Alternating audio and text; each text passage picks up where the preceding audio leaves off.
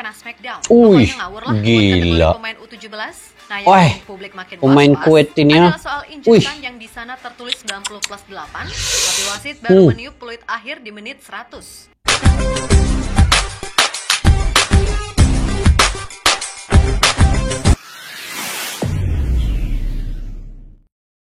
Assalamualaikum dan salam persaudaraan guys. Selamat bertemu kembali guys di channel Askalani Studio. Oke, semalam saya ucap tahniah dan selamat untuk timnas Indonesia U17 berjaya memenangi perlawanan melawan Kuwait 1-0. Dan semalam juga menit ke-90 ditambah dengan 8 menit ya. Tetapi ditiupkan di menit yang ke-100 kalau tidak silap. Tapi mungkin semalam itu ada fair sedikit karena banyak masa terbuang oleh karena pemain banyak yang dirawat. Tapi itu mungkin ada phase sedikit lah. Tetapi ini agak menggusarkan kita juga. Karena wasit sekarang ini dia bisa menambah-nambah juga dari segi masa itu guys. Karena masa itu emas ya. Jadi kalau ditambah, memang ada kecederaan pemain yang perlu dirawat itu ini. Tetapi tidak terlalu menit itu yang terlalu jauh ya ditambahkan seperti ketika Indonesia melawan Bahrain tuh. Oke, semalam U17 kita coba reaksi dulu video ini. Ini kelewatan, FIFA segera ambil tindakan. Kritik media internasional ke AFC, sentimen banget ke Indonesia. Itu apa di sebalik video ini guys. Jadi ayo kita nonton dulu bareng, baru nanti di akhir video saya akan memberi reaksi dan pandangan sendiri guys. Oke, tanpa berbasa-basi yuk kita simak video ini.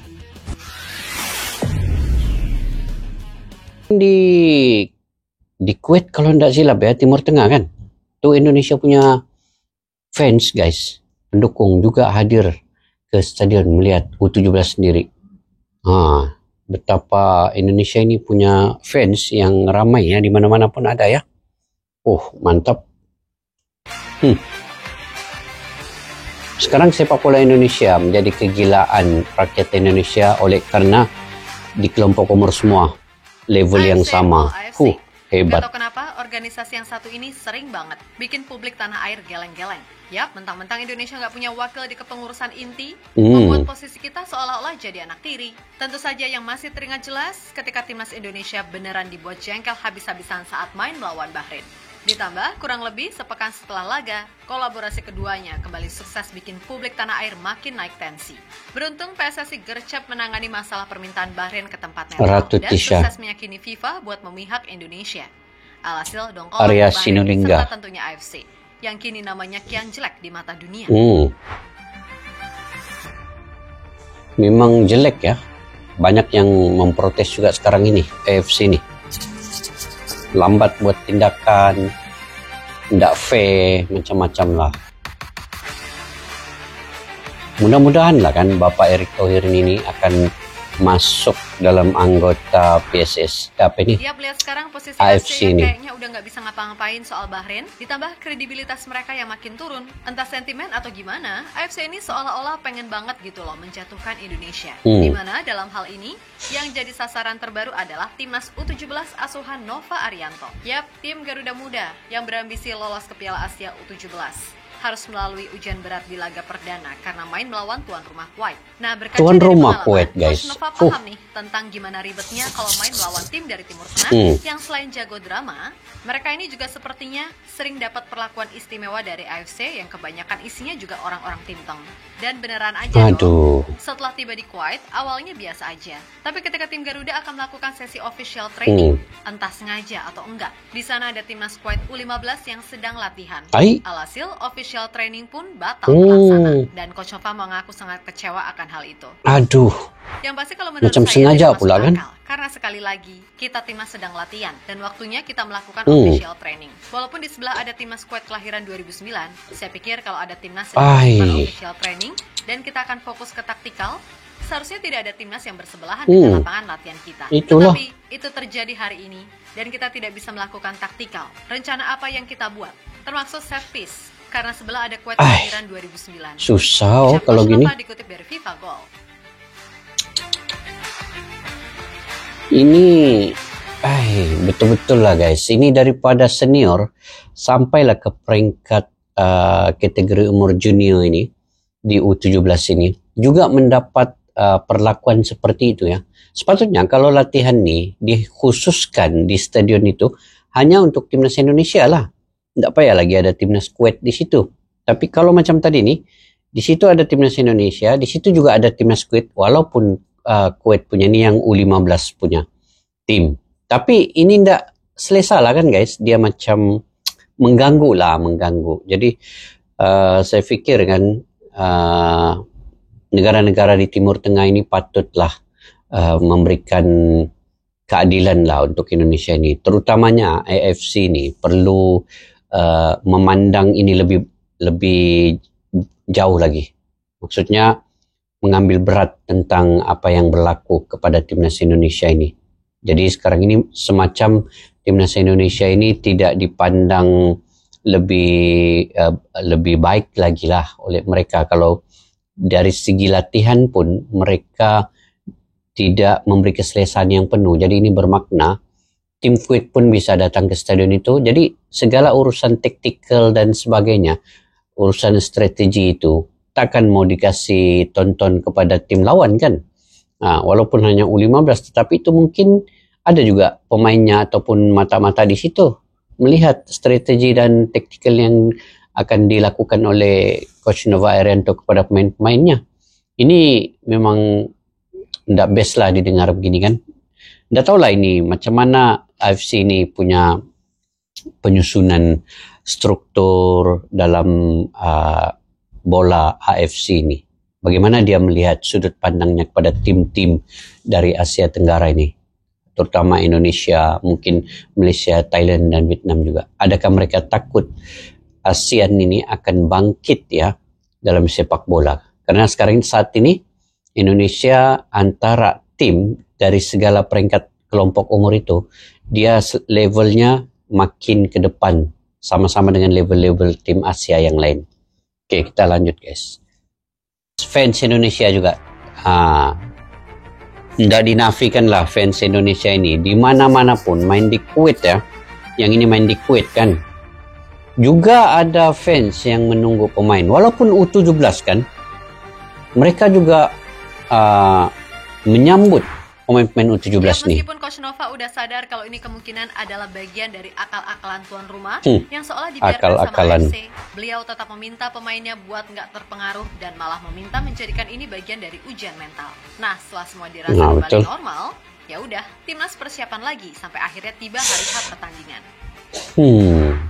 Dan lagi-lagi kontroversi muncul ketika AFC menunjuk Amar Abu Alo yang merupakan wasit utama yang merupakan orang Suriah atau sama-sama berasal dari Jazirah Arab. Jelas hal semacam ini menimbulkan trauma tersendiri bagi fans timnas. Trauma juga. Lantaran mereka tidak ingin kejadian seperti saat timnas senior melawan Bahrain terulang kembali.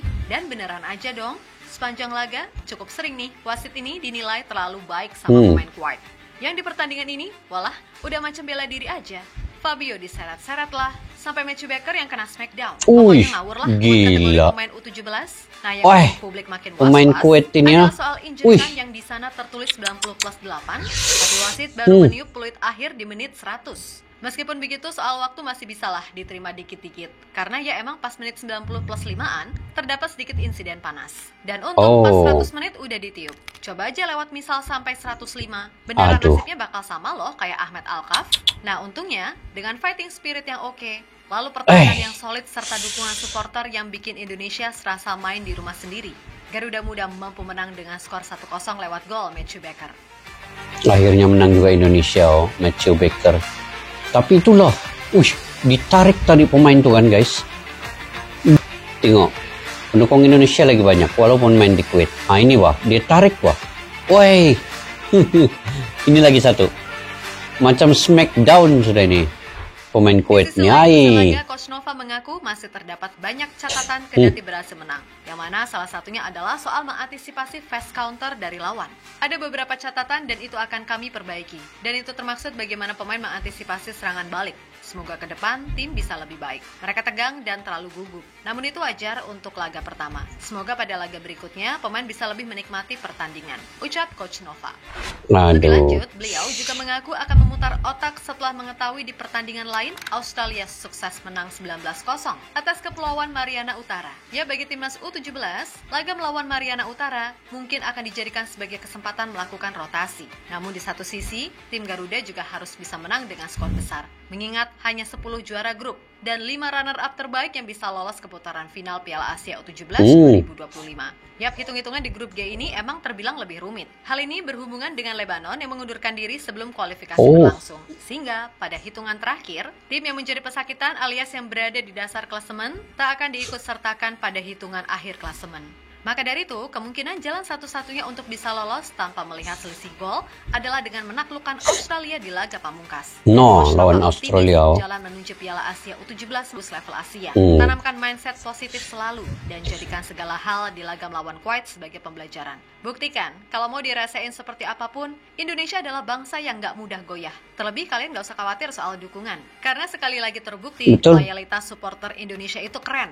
Keren, ada di mana-mana. Pun ikut mendukung. Maka dari itu, do the best for our glory. Dan buat AFC, mau gimana lagi?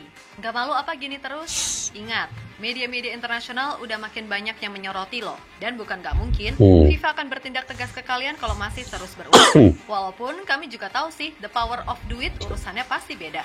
Tapi ya udahlah, emang gitu kali ya, cara kerja dunia yang fana ini.